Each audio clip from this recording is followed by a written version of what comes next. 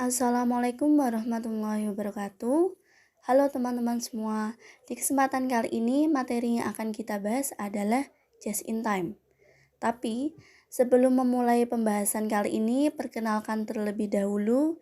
Nama saya Jasmine Ramadanti dengan NIM 63030210155, kelas akuntansi syariah 4E.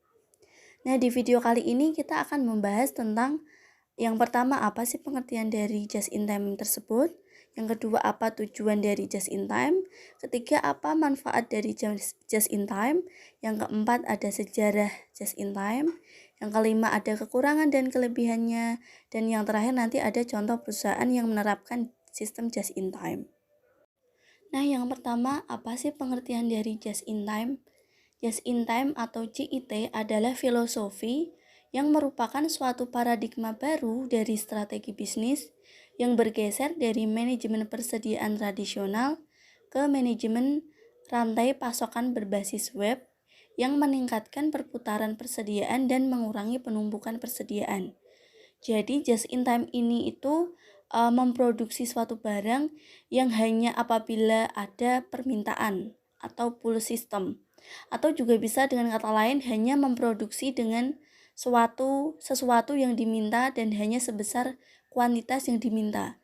Jadi kalau ada yang pesan atau ada yang meminta untuk dibuatkan, jadi dia baru mulai produksi. Untuk selanjutnya yaitu manfaat dari just in time. Manfaat yang pertama itu untuk mengurangi ruangan gudang untuk penyimpanan barang. Karena kan dia tadi sistemnya baru produksi kalau ada permintaan. Jadi kan selama tidak ada permintaan itu kan gudang kosong. Yang kedua ada untuk mengurangi waktu setup dan penundaan jadwal produksi. Jadi kan untuk produksi itu jadwalnya di jadwal tertentu, nggak setiap hari, tergantung permintaannya tadi. Yang ketiga, untuk mengurangi pemborosan barang rusak dan cacat dengan mendeteksi kesalahan pada sumbernya. Yang keempat, menciptakan hubungan yang lebih baik dengan pemasok. Yang kelima, layout pabrik yang lebih baik. Nah, sebenarnya siapa sih yang mendirikan atau yang mencetuskan pertama kali sistem just in time ini? Yang pertama kali mencetuskan atau yang mendirikan ini itu bernama Taichi Ohno dari negara Jepang pada awal tahun 1970-an.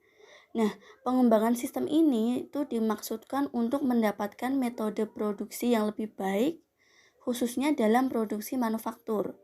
Sistem just in time yang dikembangkan oleh Jepang ini berkonsep mengusung produksi yang sesuai dengan kebutuhan serta pada saat yang dibutuhkan. Seluruh sumber daya yang tidak memberikan dan menambahkan nilai terhadap produk adalah pemborosan.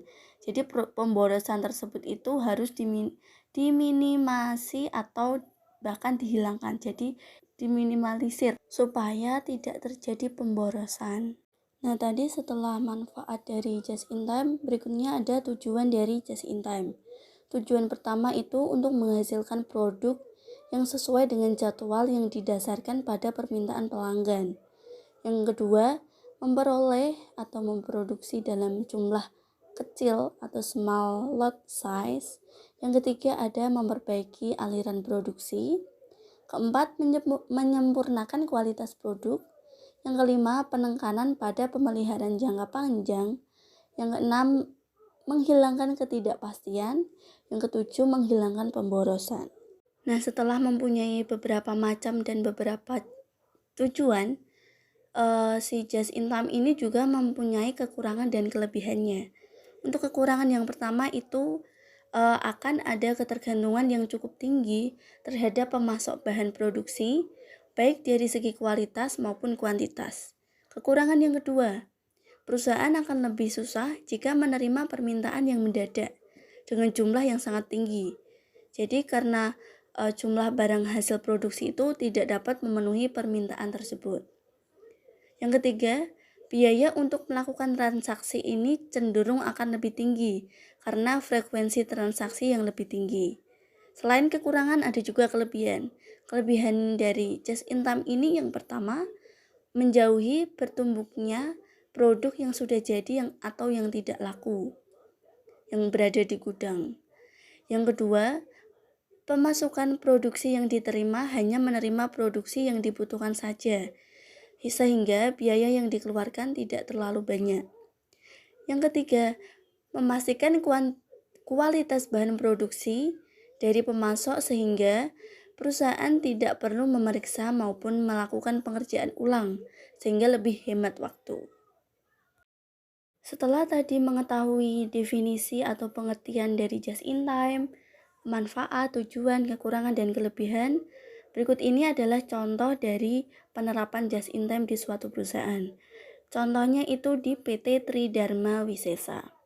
PT Tridharma Wisesa ini merupakan produsen rem otomotif pertama di Indonesia dengan technical assistant dari Akebono Brake Industry Co. Ltd. Jepang. Dalam perkembangan selanjutnya, Akebono ini membeli sebagian saham dari Tridharma Wisesa dengan rencana untuk melakukan ekspor produk ke Malaysia, Thailand, dan Filipina. PT Tridharma Wisesa ini merupakan salah satu perusahaan manufaktur yang memasok brake system untuk pelanggan-pelanggan seperti Yamaha, Toyota, Daihatsu, baik di dalam negeri maupun di luar negeri. Salah satu lini produksi yang ada ini adalah lini produksi disc brake untuk konsumen tunggal yaitu Yamaha. Pada perusahaan Tridharma Wisesa ini sering terjadi masalah khususnya di bagian produksi, mulai dari mesin rusak, target produksi kurang, komponen kurang, dan lain-lain, sehingga kegiatan produksi itu tidak berjalan dengan lancar. Tindakan yang berguna untuk mengurangi permasalahan tersebut adalah dengan melakukan perubahan sistem produksinya. Nah, pada sistem sekarang masih menggunakan push system dan menghadapi masalah-masalah itu seperti volume kegiatan, ketidakcocokan rencana dan produksi aktual, kurang adaptif terhadap perubahan permintaan, mekanisme informasi yang kurang baik, dan inventory yang menumpuk. Jadi tindakan yang diusulkan untuk menjawab permasalahan tersebut adalah dengan merancang sistem produksi berbasis just in time untuk menggantikan sistem produksi sekarang. Nah, PT Tridharma Wisesa ini menerapkan beberapa rancangan di perusahaannya, yaitu yang pertama, perhitungan alokasi. Yang kedua, perhitungan jumlah kanban di bagian-bagian produksi. Yang ketiga, penerapan kanban supplier.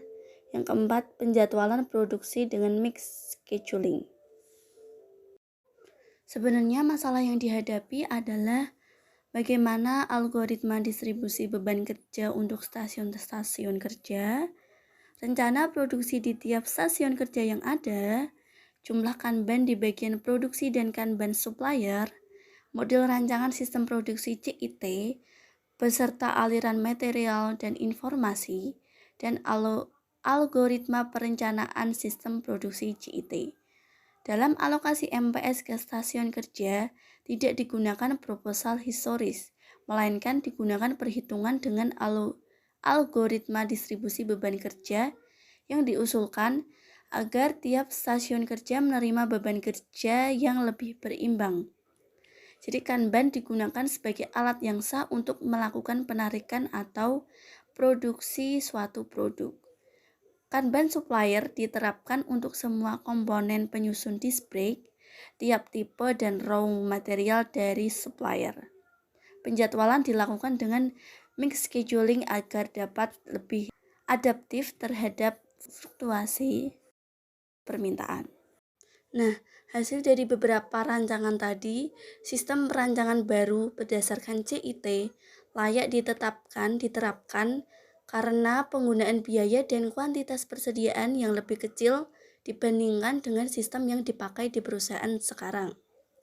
Algoritma perencanaan sistem produksi CIT dengan menggunakan kebutuhan akrual atau sebenarnya sehingga lebih efisien dan sesuai dengan kondisi nyata.